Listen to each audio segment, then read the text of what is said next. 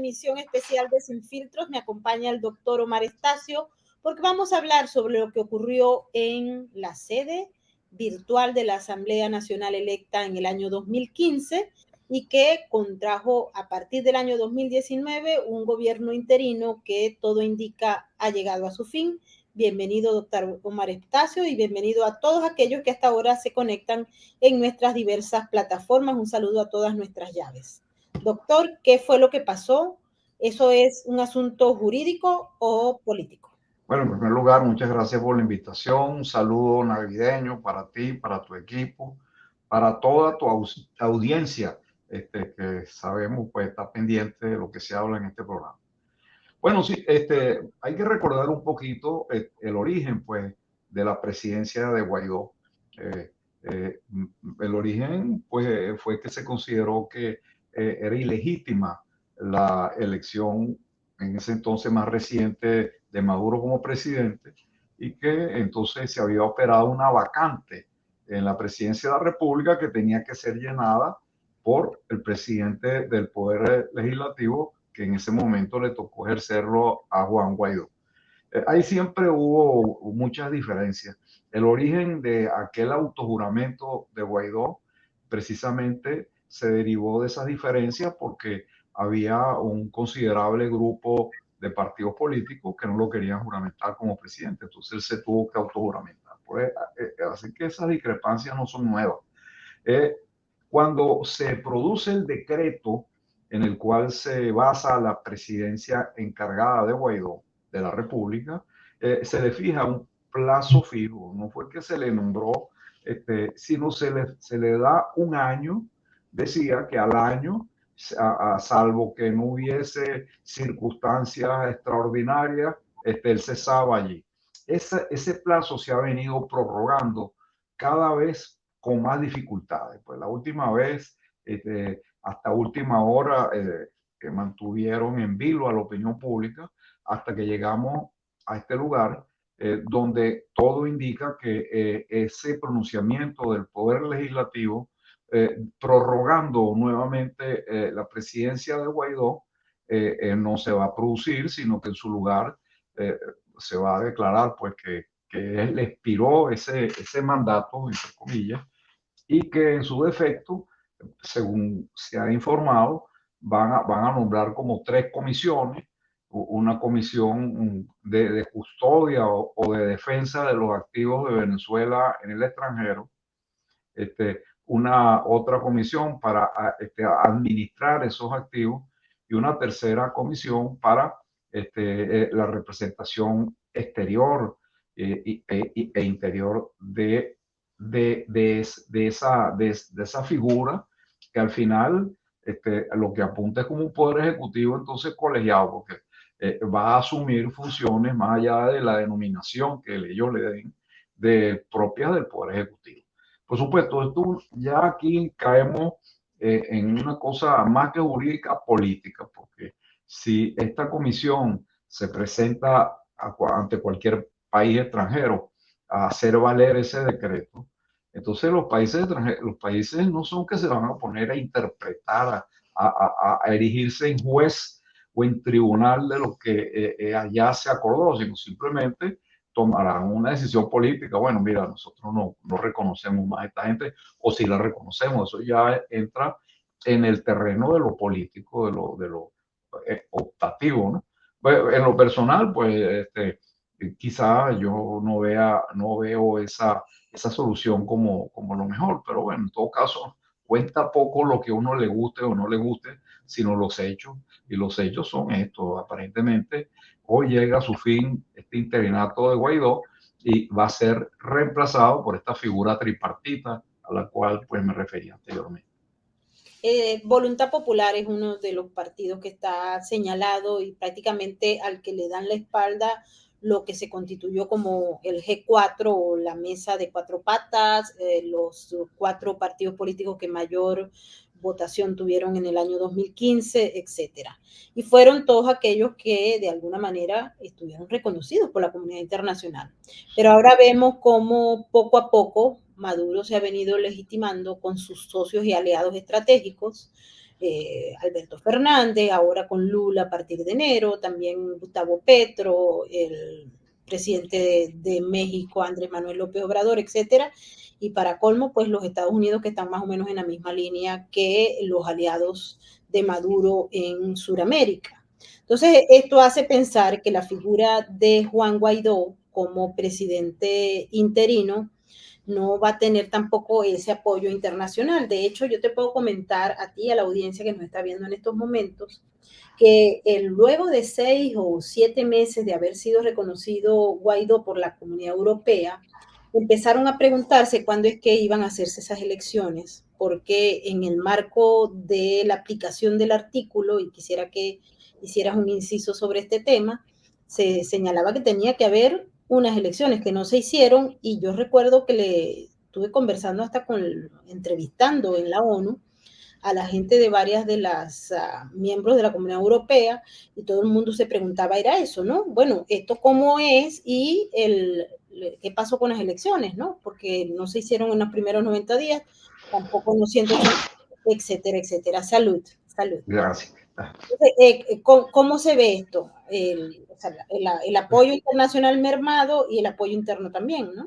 Bueno, yo creo que, yo insisto, que esto es más que todo un hecho político, porque la juridicidad pues, de la presidencia de Guaidó, yo en lo personal pienso que estaba bien fundada, pero había gente que en el extranjero la cuestionaba.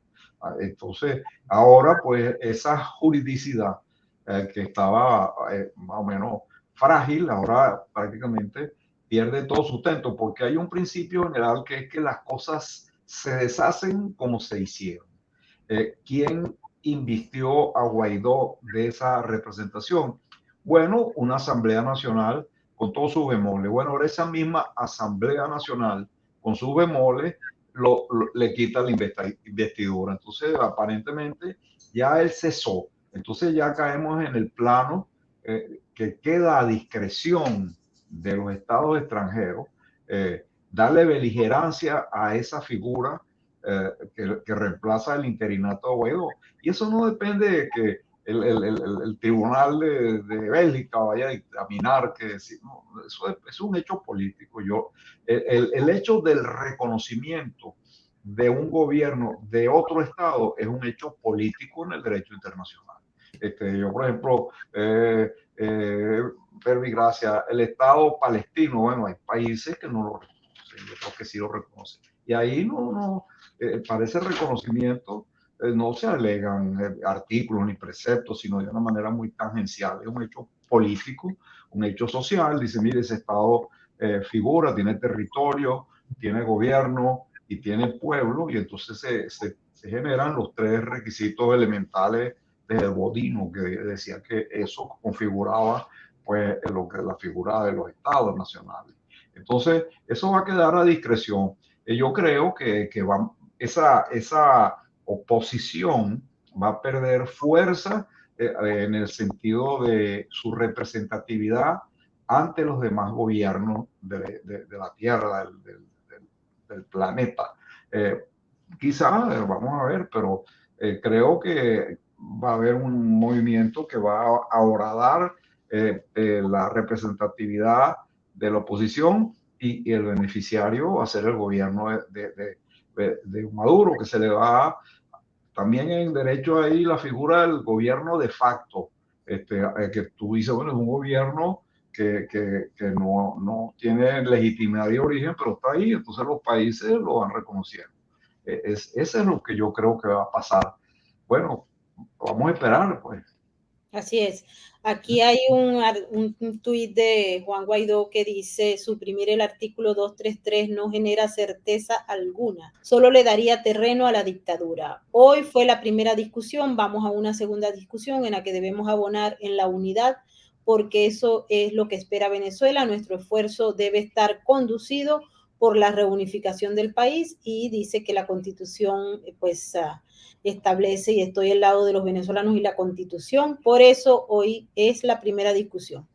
Cuando Guaidó hace halago de la Constitución y de todo esto, pero también se escucha todo este lío que hay en la oposición, y las peticiones de Nicolás Maduro, que aquí quisiera que aclararas este Sí. tema desde el punto de vista jurídico, pero Maduro ha pedido que se le devuelva Citgo. Maduro pidió que se le devolvieran los fondos que están acreditados a las cuentas y Biden ha autorizado a que se le entregue a través de los mecanismos de la OFAC, protocolos de la ONU, 3.000 millones de dólares inicialmente. También se le han descongelado bienes y también Maduro quiere que le den el oro, es decir, que el tribunal en Londres le otorgue la potestad que tiene él como jefe del Estado para manejar el oro. Y en paralelo también ha pedido una serie de beneficios, no sabemos exactamente qué está dando él a cambio, pero eso es lo que se pidió, incluyendo también a Alexa, que vamos a dedicar los últimos minutos a este tema. Bueno, mira, el tema del Citgo aquí, si mal no recuerdo, hay una orden ejecutiva del presidente Trump, creo que fue Trump, el que protegió esos activos, y eso no depende necesariamente de a quién reconozca el gobierno de Estados Unidos, simplemente protege esos activos. Y si Estados Unidos no reconoce el gobierno de Maduro, más allá que eventualmente podría no reconocer el de Guaidó tampoco, decir, bueno, pero mire, ok, está bien, ahí existe una situación de un señor que usurpa el poder en Venezuela y hasta que no haya una elecciones legítimas, yo, Cancillería, no lo reconozco. Eso podría dar lugar a lo mejor que sobre todo en Estados Unidos, que hay un Estado de Derecho, con todos sus defectos y tal, pero hay. Entonces a lo mejor demandaría otra vez que ya ha hecho Venezuela esos movimientos, porque lo hizo sobre todo en Reino Unido por el tema del oro. Y en el Reino Unido le aplicaron la misma doctrina que se aplica aquí en Estados Unidos.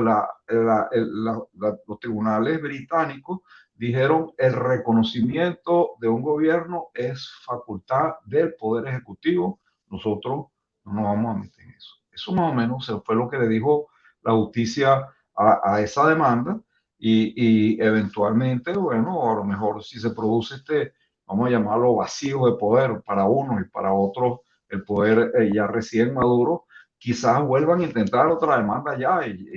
Claro, dentro de un ambiente ya de debilidad, de debilitamiento de la posición que tenía hasta hoy la posición representada por Guaidó. Yo lo veo así. Insisto, ahí es una decisión fundamentalmente política, por supuesto, que siempre se va a basar en unas normas legales, pero es como muy potestativa, pues, del Poder Ejecutivo tomar una determinación en ese sentido. Y en relación a Alexa, pareciera que todo también torna en función de una decisión política.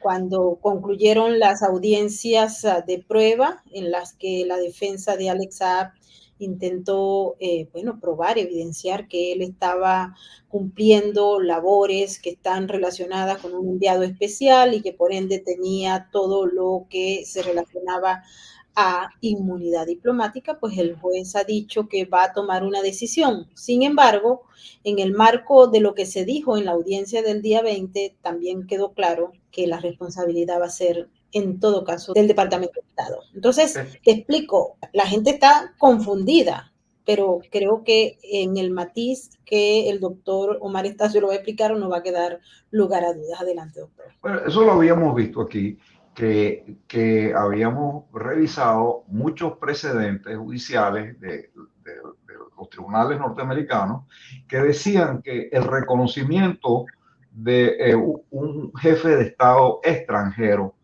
y de la inmunidad de los funcionarios extranjeros es un acto potestativo del Poder Ejecutivo y que el Poder Judicial no tiene capacidad jurídica, de acuerdo pues con esta doctrina de censurar el reconocimiento o el no reconocimiento que emita el Poder Ejecutivo, que fue lo que dijo el juez Escola de una manera un poco coloquial. Digo, bueno, pero si el gobierno al cual yo pertenezco no reconoce al señor Maduro como presidente, yo no lo puedo reconocer, ni le puedo reconocer sus embajadores, ni sus cartas y tal.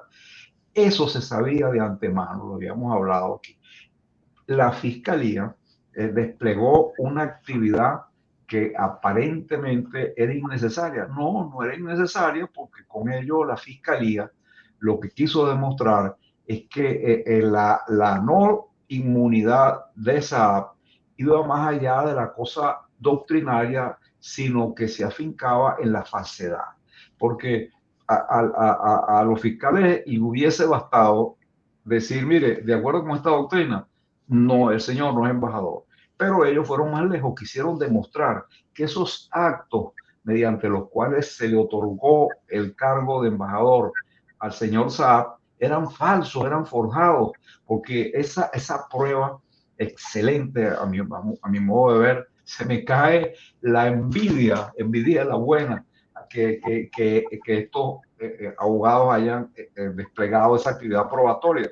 Demostraron que esa gaceta era falsa. Eso es una vergüenza, más allá de que sea legítimo o no, que un Estado guinde en las publicaciones oficiales, nada más y nada menos del Tribunal Supremo de Justicia, una gaceta oficial y la forje, porque el experto determinó que la gaceta original se colocó en la página del Tribunal Supremo en la fecha de su emisión, que era como que era en el año 16, 18, no me recuerdo.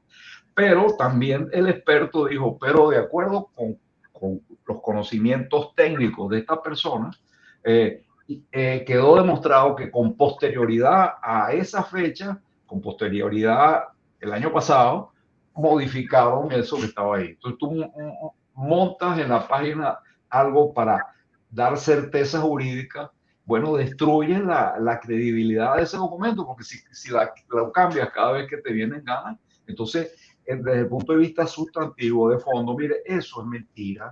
Ese señor nunca fue embajador, lo hicieron embajador, entre comillas, cuando lo metieron preso. Y por cierto, hay una cosa que no deja de ser pintoresca. El Estado venezolano se quejó que la cuestión de que lo habían agarrado con una alerta azul. Bueno, acaban de agarrar en Venezuela a un señor que participó en el asesinato del fiscal paraguayo en Colombia y lo hicieron preso con una alerta azul, que la alerta azul sí sirve para detener a alguien, sí sirve para localizarlo, pero entonces Venezuela una pataleta con esto de la alerta azul de Interpol y lo aplica. Nosotros en algún momento exhibimos una jurisprudencia vieja de hace 3 o 4 años que le habían dado beligerancia también, una alerta azul en Venezuela. Bueno, le siguen dando de acuerdo con esto que está pasando. Entonces, bueno, en definitiva, en el caso de Saab, corremos el riesgo, pues, que con motivo de toda esta movida política, bueno, se concrete un canje de presos y el presidente Biden, desde el punto de vista estrictamente legal, puede hacerlo, más allá del cuestionamiento ético, político, eso es otra cosa, pero él puede indultar a Saab y ponerlo directamente en un avión y mandarlo pues a Venezuela. Bueno, yo creo que no.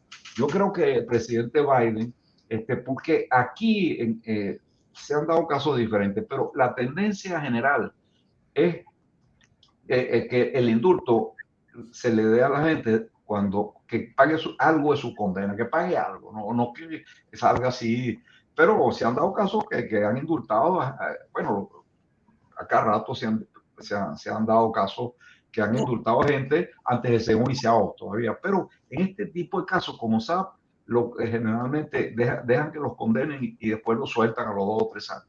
Pero bueno, aquí no hay nada escrito, en esto no hay nada escrito. Exactamente, bueno, nuestras fuentes ya nos habían advertido que uno de los negociadores estaba en Venezuela, en Caracas, y que nos permitían pensar que había una negociación. En nuestras fuentes dicen que, bueno, que tristemente yo creo que se va a tomar una decisión política por acuerdos que ya no tienen nada que ver con la justicia. Así es que esperemos, eso tiende a pasar en las próximas días, tal vez, muy probablemente no pase al año que viene, que está muy cerca, pero vamos a ver. Mientras tanto, seguiremos comentando sobre estos casos Quiero aprovechar para darle las gracias al doctor Omar Estacio por haber estado con nosotros, ser parte del grupo de expertos, de analistas de Sin Filtros, y les prometemos que el próximo año seguimos dejándoles a ustedes todo claro para que no se dejen engañar. Feliz Navidad.